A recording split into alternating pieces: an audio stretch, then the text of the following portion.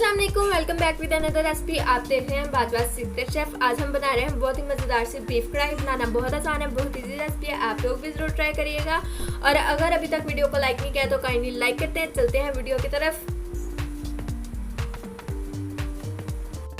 जी तो बीफ लिया है मैंने 1 किलो, मटर 1 पाव के करीब, बड़ी साइज के 2 प्याज, इनको स्लाइसिस में काट लिया है। सब्ज मिर्च का पेस्ट लिया है 2 चम्मच, अदरक का पेस्ट लिया है 2 चम्मच, लहसुन की कलियां ली हैं 15 से 20, नमक 1.5 खाने का चम्मच, दालचीनी 2 से 3 इंच का टुकड़ा, काली मिर्च 1 चाय का चम्मच, हल्दी 1 चाय का चम्मच, सुरख मिर्च 1 चाय का चम्मच।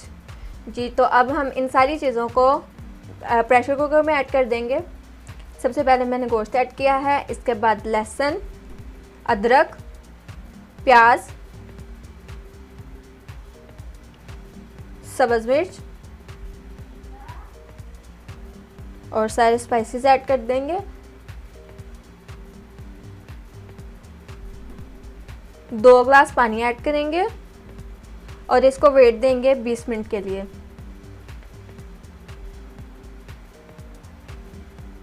एक दफ़ा मिक्स करके वेट दे देंगे 20 मिनट के लिए। 20 मिनट के बाद इस तरह से बिल्कुल नरम हो जाता है। अब इसको कढ़ाई में शिफ्ट कर लेंगे।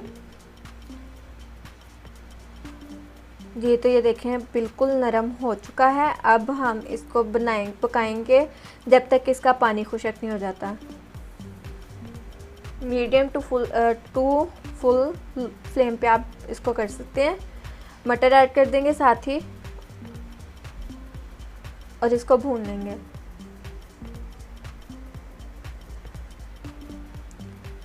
जी तो ये देखें 15 मिनट बाद पानी खुशक हो चुका है। अब हम इसमें ऑयल ऐड करेंगे, तकरीबन 5 चम्मच आप ऐड कर सकते हैं।